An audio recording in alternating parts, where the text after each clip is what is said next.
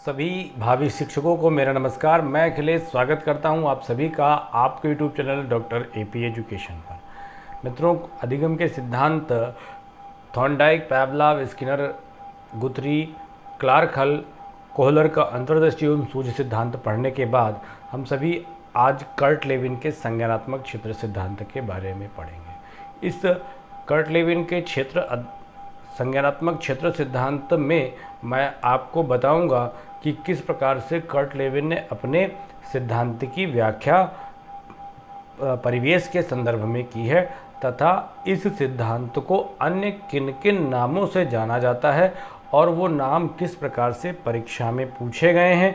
इन सभी बातों को ध्यान में रखते हुए ही मैंने कंटेंट पूरा बनाया है और जो टर्मिनोलॉजी इस विषय वस्तु से पूछी जाती है उन सभी को भी मैं एक्सप्लेन करके साधारण सरल भाषा में आपको समझाने का प्रयास करूंगा। तो बिल्कुल ये मेरा मानना है और यही बात लगभग सत्य होती है कि एक नियोजित व्यवहार एक निश्चित लक्ष्य की ओर लेकर जाता है।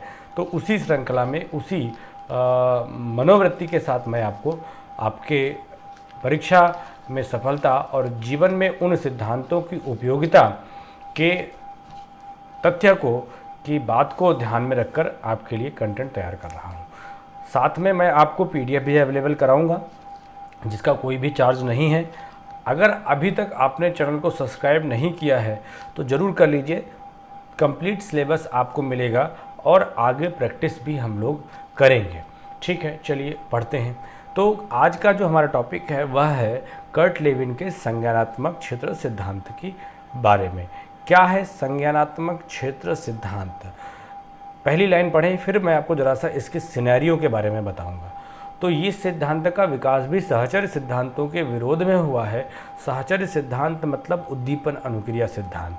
उद्दीपन अनुक्रिया सिद्धांत मतलब थॉर्नडाइक, पैवलव, स्किनर, क्लार्क हल, गुथरी, ये सब सिद्धांत को उद्दीपन अनुक्रिया सिद्धांतों की श्रेणी में रखा जाता है। तो उन सभी सिद्धांतों की कही गई बातों से ये बहुत ज़्यादा सहमत नहीं है और उन्होंने अपने नए प्रकार के सिद्धांत का प्रतिपादन किया। और प्रतिक्रिया और कौन लोग हैं जो सहचर्य सिद्धांतों का विरोध करते हैं और कौन लोग हैं जो उद्दीपन अनुक्रिया सिद्धांतों का विरोध करते हैं? तो इससे पहले वाला जो हमने लेक्चर देखा था कोहलर का सूझ एवं अंतर्दृष्टि सिद्धांत, यह सिद्धांत भी उद्दीपन अनुक्रिया सिद्धांतों या सहचर्य सिद्धांतों का विरोध करता है। ठीक है, तो ये हो गया इस सिद्धांत का उदय। ये भी जर्मन मनोवैज्ञानिक हैं। कर्ट लेविन साहब कहाँ के हैं? जर्मन मनोवैज्ञानिक थे। इनका मानना था ये दो बातें आपको मैंने बताई कि ये सिद्धांत पूरी तरीके से उद्दीपन अनुक्रिया सिद्धांतों के विरोध में है और ये व्यक्ति जर्मनी का है। फिर इसका जो क्षेत्र संज्ञानात्मक क्षेत्र सिद्धांत या जो क्षेत्र मनोविज्ञान की थ्योरी है, तो क्षेत्र का मतलब क्या हुआ? क्षेत्र मतलब फील्ड। तो फील्ड मतलब क्या? खेल का मैदान? बिल्कुल नहीं। हम मनोविज्ञान पढ़ रहे हैं, हम खेल शारीरिक शिक्षा नहीं पढ़ रहे हैं, हम शिक्षा शास्त्र पढ़ रहे हैं और हम यहाँ शिक्षा मनोविज्ञान पढ़ रहे हैं। तो मनोविज्ञान की जब भी बात आएगी तो वो बात संबंधित होगी व्यक्ति के व्यवहारों के संदर्भ में। तो यहाँ का जो क्षेत्र मनोविज्ञान है वह व्यक्ति के व्यवहारों की जो संकल्पना करता है, यह कहता है कि जो भी व्यक्ति जिस भी प्रकार का व्यवहार कर रहा है उसके उस व्यवहार के पीछे उस व्यक्ति के साथ साथ जिस परिवेश से वह आया है वहाँ उसका भी प्रभाव पड़ता है। आप विभिन्न क्षेत्र, जब आप शिक्षक बनेंगे तो आपके क्लासरूम में विभिन्न आर्थिक वर्ग के, विभिन्न सामाजिक वर्ग के छात्र आपके सामने उपस्थित होंगे। उन सभी छात्रों के से जब आप प्रश्न पूछेंगे तो उन सभी छात्रों के निष्पादन दर या परफॉर्मेंस लेवल जो है वो अलग अलग आपको देखने को मिलेगा। वो परफॉर्मेंस लेवल अलग अलग क्यों है, इसका बड़ा कारण उसकी जो बायोलॉजिकल स्ट्रक्चर है, बायोलॉजिकल स्ट्रक्चर के साथ साथ उसका जिस परिवेश से, जिस माहौल से वो आ रहा है, उस माहौल का भी एक बड़ा प्रभाव पड़ता है। ये सब बातें हम लोग जानते हैं। यही बात लगभग क्षेत्र मनोविज्ञान में सांकेतिक रूप से परिभाषित रूप से अन्य नामों के साथ कुछ टेक्निकल वर्ड्स के साथ प्रयोग की गई है। तो बातें ये लगभग इस सिद्धांत का पूरा सार है। आगे मैं आपको बताऊंगा कि इस सिद्धांत को अन्य किस नामों से जाना जाता है और किस प्रकार से प्रश्न पूछे गए हैं, उनकी बात होगी। तो क्षेत्र मनोविज्ञान के अनुसार प्राणी को उसके वातावरण से अलग करके नहीं समझा जा सकता। प्राणी को उसके वातावरण से आप अलग कर दीजिए और कह दीजिए कि सभी प्राणी को एक समान व्यवहार करना चाहिए, तो यह तर्कसंगत नहीं होगा, यह न्याय संगत नहीं होगा एक शिक्षक के नाते। मतलब प्राणी और व्यवहार वातावरण एक दूसरे से अंतःक्रिया करते रहते हैं।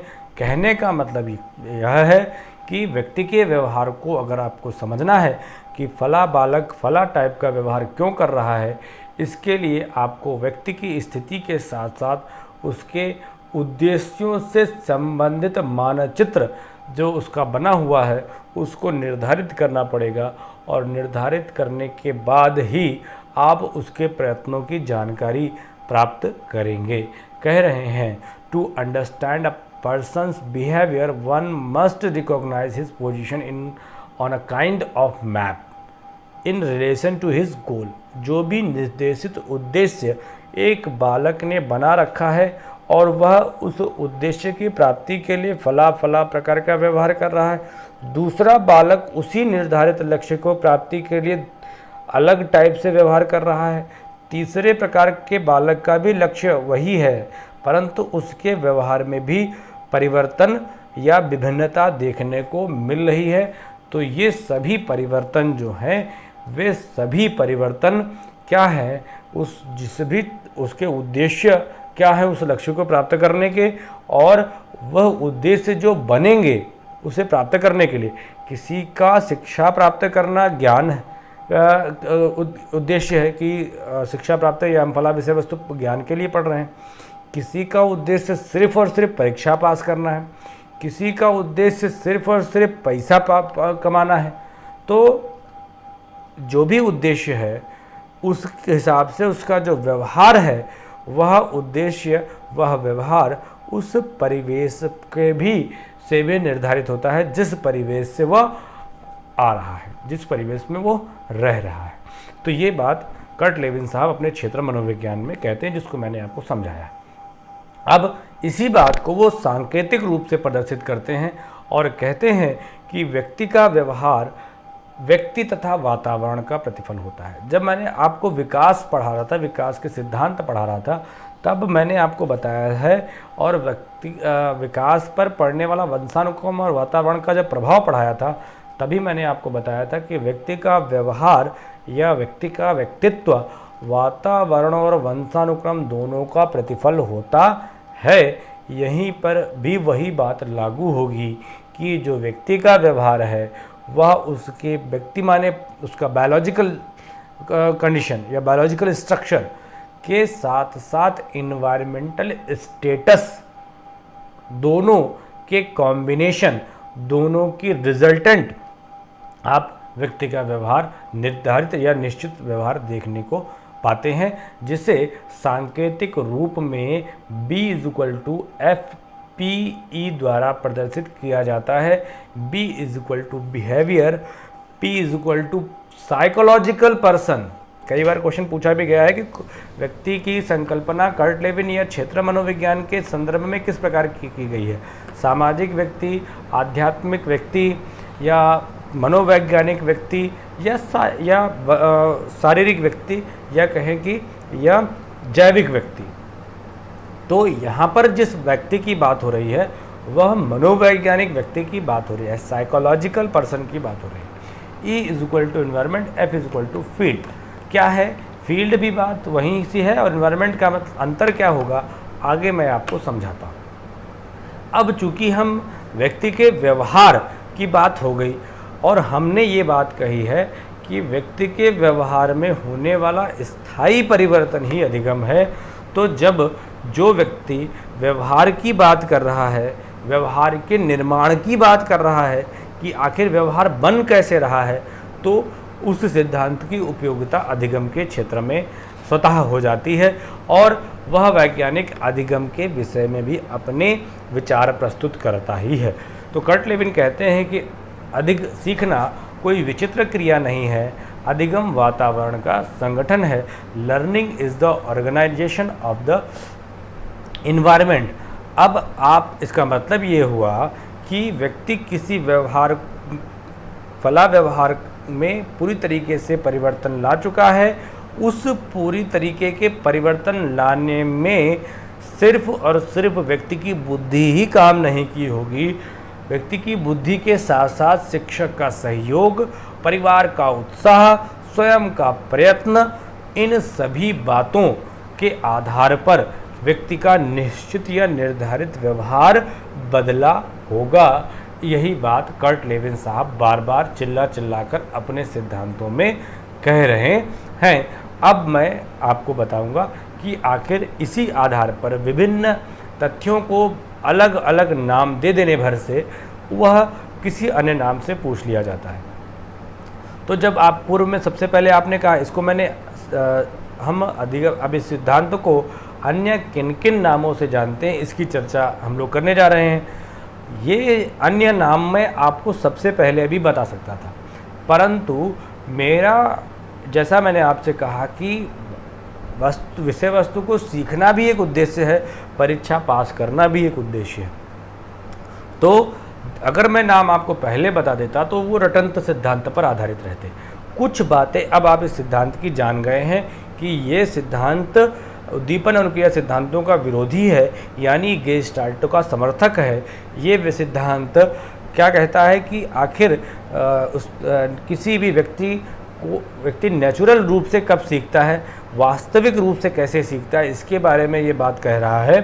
ठीक है, और इन बातों के आधार पर ही व्यक्ति के या इस सिद्धांत को अन्य अन्य नाम दे दिए गए हैं। अब इन नामों को आप पढ़ते ही शायद समझ लें। तो इस सिद्धांत को गेस्टाल्ट क्षेत्र सिद्धांत के रूप में भी जाना जाता है। ठीक बात, क्योंकि ये अभी विरोध कर रहा है साचार सिद्धांतों का, इसलिए इसे गेस्टाल्ट क्षेत्र सिद्धांत के रूप में रखा जाता है। अधिगम का प्राकृतिक दशा सिद्धांत, वास्तविक रूप से अधिगम किस प्रकार से होता है, कैसे नेचुरली कोई व्यक्ति, किसी व्यक्ति के व्यवहार में कैसे परिवर्तन होता है, वह व्यवहार इसी तरीके से होता है। उद्दीपन अनुक्रिया सिद्धांतों का विरोध ये क्यों करते हैं? क्योंकि ये कहते हैं कि यह व्यक्ति के व्यवहार में यांत्रिक रूप से परिवर्तन लाता है, और ये कहते हैं कि व्यक्ति के व्यवहार में प्राकृतिक परिवर्तन होना आवश्यक है। अपने आप परिवर्तन हो, आप जबरदस्ती पुनर्बलन के आधार पर, और पुनर्बलन की वैसे थोड़ी बहुत स्वीकारता ये मानते हैं, परंतु सिर्फ और सिर्फ पुनर्बलन या अभ्यास के आधार पर ही आप, ये कोई व्यक्ति मशीन नहीं है जिसे आप बार बार घुमाते रहेंगे, बुक कमाते रहेंगे और वो उस कार्य को कर ले जाएगा। व्यक्ति जिसका वह स्वयं का अस्तित्व है, इस कारण आप व्यक्ति से पशु जैसा व्यवहार नहीं कर सकते। इसीलिए आपने देखा कि गेस्टाल्टवादियों ने कुत्ते बिल्ली पर प्रयोग करने के बजाय प्रयोग किया किस पर, चिंपैंजी पर इन्होंने प्रयोग किया। ठीक है, सुल्तान नामक चिंपैंजी पर प्रयोग कोहलर साहब ने किया था। तो गेस्टाल्टवादी थोड़ा सा अपने सिद्धांतों को और वैज्ञानिक स्वरूप देने की बात करते हुए देखे जाते हैं। तो इस आधार पर हमने कहा कि गेस्टाल्ट क्षेत्र सिद्धांत इसे कहा गया। अधिगम का प्राकृतिक दशा सिद्धांत भी इसे हम कहेंगे, याद रहेगा अब आपको। तल रूप सिद्धांत भी कहा जाता है। क्या है तल रूप, मैं आपको बताता हूँ। टोपोलॉजी जिसे कहते हैं। सस्थितिक मनोविज्ञान का सिद्धांत क्या कहलाता है? सस्थितिक, सा माने साथ साथ, स्थिति यानी जो भी व्यक्ति की जहाँ वो रह रहा है उस व्यक्ति की वह स्थिति व्यक्ति के किसी भी कार्य व्यवहार में परिलक्षित होती है, ऐसा मानने वाला सिद्धांत कौन सा है? तो वह कर्ट लेविन का क्षेत्र संज्ञानात्मक सिद्धांत। इसीलिए इसे सह-स्थितिक मनोविज्ञान का सिद्धांत भी कहा जाता है। इसे समूह गतिशीलता भी कहते हैं। यूपीटीटी में 2013 में ये क्वेश्चन पूछा गया कि समूह गतिशीलता, व्यक्ति जो समूह में जो कार्य करता है, समूह के साथ जो परिवर्तित होता है, उसे क्या कहा जाता है? उसे समूह गतिशीलता कहते हैं। और समूह गतिशीलता का सिद्धांत किसने दिया? कर्ट लेविन महोदय ने दिया। इसी को अंग्रेजी में हम टोपोलॉजिकल साइकोलॉजी भी कहते हैं। दिशा होती है वेक्टर साइकोलॉजी, इसीलिए कहते हैं क्योंकि यह व्यक्ति का प्रवेश व्यक्ति को एक निश्चित लक्ष्य की प्राप्ति के लिए निश्चित व्यवहार पकड़ाता है, एक दिशा दे देता है। इसीलिए वेक्टर, आपने सदिश राशि अदिश राशि पढ़ी है, क्या है ये वेक्टर, ऐसे टर्म को भी मैं अभी एक्सप्लेन करूँगा। वेक्टर साइकोलॉजी भी कहा जाता है, या इसे जीवन विस्तार या शक्ति संतुलन सिद्धांत, ये इम्पोर्टेंट पूछा गया आपका हरियाणा टेट में क्वेश्चन कि जीवन विस्तार सिद्धांत किस मनोवैज्ञानिक ने प्रस्तुत किया, ठीक है, किस सिद्धांत को कहा जाता है। तो जीवन विस्तार सिद्धांत या शक्ति संतुलन सिद्धांत, या इसी को 3 फेज थ्योरी ऑफ चेंज भी कहा जाता है। परंतु 3 फेज थ्योरी ऑफ चेंज ये वर्क मैनेजमेंट से संबंधित है। फिलहाल हम यहाँ पर अधिगम के सिद्धांतों की चर्चा कर रहे हैं, और जो सिद्धांत इससे संबंधित हैं आप देख रहे हैं कि विभिन्न स्टेट के एग्ज़ाम में इन्हें विभिन्न नामों से पूछा गया है। हरियाणा टेट में 2013-14, यूपी टेट 2013 में इसे पूछा गया है।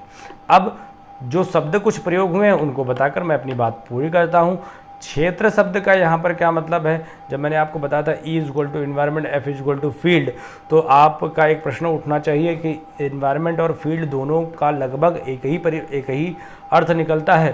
तो आइए देखें क्या है क्षेत्र का मतलब। क्या है कि यहाँ पर क्षेत्र से संबंधित है कि मानव व्यवहार का संपूर्ण मनोवैज्ञानिक जगत जिसके अंतर्गत वह रहता है। मनोवैज्ञानिक जगत मतलब वह जो भी, मनोवैज्ञानिक जगत क्या है कि वह जो भी उसके व्यवहार हैं, वह उसके व्यवहार, उसके संबंधी का जो व्यवहार, ठीक है, जिन सब बातों से वह प्रभावित होता है, जिन सब बातों से वह सारे उद्दीपक, ठीक है, जिनसे वह प्रभावित हो जाता है या प्रभावित होता है, वह उसका क्षेत्र है। इसीलिए इसे संपूर्ण मनोवैज्ञानिक जगत जिसमें वह रहता है, यह उसका क्षेत्र है। दूसरी, जीवन विस्तार क्वेश्चन पूछा जा चुका हरियाणा टेट में कि जीवन विस्तार में होने वाले परिवर्तन को क्या कहा जाता है। तो जीवन विस्तार में होने वाले परिवर्तन को ही लाइफ स्पेस, ठीक है, बहुत बड़ा क्षेत्र है, आप भारत देश में रहे हैं, ठीक है, या आप के अंदर बहुत सारी योग्यता है, वह आपका क्षेत्र हो गया मान लीजिए, ठीक है। परंतु क्या आप सभी योग्यताओं का प्रदर्शन अपने जीवन में कर पाते हैं या नहीं। जितने जीवन के संबंधित योग्यताओं का आप परिवर्तन कर ले जाते हैं, वे सब आपके व्यवहार में दिख जाते हैं। तो लाइफ स्पेस का कॉन्सेप्ट ये हुआ कि जीवन विस्तार में होने वाले परिवर्तन को ही हम अपना जीवन जीते जीते जितना भी आवश्यकता अनुरूप अपने व्यवहार को अपने स्वभाव को परिवर्तित कर रहे हैं, यह स्वभाव परिवर्तन ही क्या कहलाता है, मनोविज्ञान में व्यवहार कहलाता है। ठीक है, तो जीवन विस्तार में होने वाले परिवर्तन को ही व्यवहार कहा गया, ऐसा हरियाणा टेट में क्वेश्चन पूछा गया। व्यक्ति यहाँ पर बात हो रही है, तो यहाँ पर दोबारा मैं आपको बता दूँ कि यहाँ पर मनोवैज्ञानिक व्यक्ति की बात हो रही है, जो व्यक्ति सिर्फ अपनी योग्यताओं के आधार पर ही समझा जाता है। योग्यता होगी तो उसी आधार पर व्यक्ति व्यवहार करेगा, और व्यवहार करेगा तो वहाँ पर मनोविज्ञान आएगा। इस तरीके से यहाँ पर व्यक्ति की संकल्पना की गई है।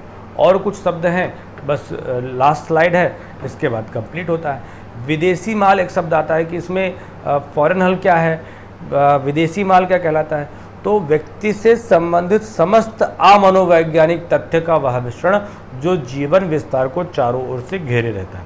अमनोवैज्ञानिक यानी जो भी बातें जो उसके व्यवहार को निर्धारित नहीं करती हैं, वे सारी बातें अमनोवैज्ञानिक क्षेत्र से संबंधित होंगी। ये लगभग हर बातें व्यक्ति के व्यवहार को संबंधित करती हैं, परंतु कुछ ऐसे भी विषय हैं जो व्यक्ति के व्यवहार को प्रभावित ना करें, वह उसका विदेशी माल हो गया। ठीक है, तल रूप जो आपका शब्द आया था वो क्या था, टोपोलॉजी किसे कहते हैं। तो topology shows various possibility for psychological behaviour और लोकेशन।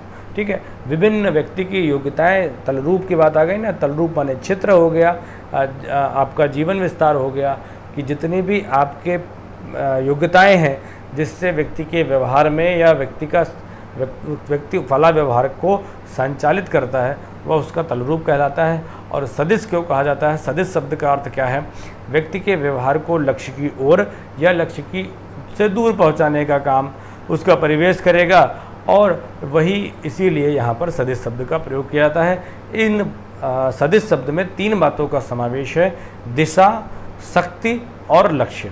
प्रयोग बिंदु, ये जो भी प्रयोग बिंदु है, जो भी टारगेट है, उस पे अपनी शक्ति के आधार पर दिशा निर्धारित होती है। अंतिम बात में अगर हम कह दें तो अगर आपसे पूछ लिया जाए कि कर्ट लेविन सिद्धांत पुरस्कार और दंड के बात में कितना सहमत है, तो फिलहाल कर्ट लेविन साहब अपने अधिगम के सिद्धांत में पुरस्कार व दंड को महत्व देते हैं, परंतु पूरी तरीके से पूरे पाठ को सिर्फ पुरस्कार और दंड के माध्यम से सिखाने पर ही वो समर्थित नहीं है। तो इस प्रकार से हम लोगों ने कर्ट लेविन के तथ्य को यह जाना कि व्यक्ति फला व्यवहार क्यों करता है और उस सिद्धांत को सांकेतिक रूप से किस प्रकार से प्रदर्शित किया गया है और इस सिद्धांत को अन्य किन किन नामों से जाना जाता है, ये सारी बातें मैंने आज आपको बता दी। अगला सिद्धांत मैं आपको पढ़ाऊंगा टॉलमैन का चिन्ह अधिगम सिद्धांत। अगले वीडियो में हम लोग मिलेंगे, तब तक के लिए बने रहिए और चैनल सब्सक्राइब नहीं है तो सब्सक्राइब जरूर करिए और अपने दोस्तों को शेयर करिए। तब तक भारत माता की जय, स्वस्थ रहिए और अध्ययन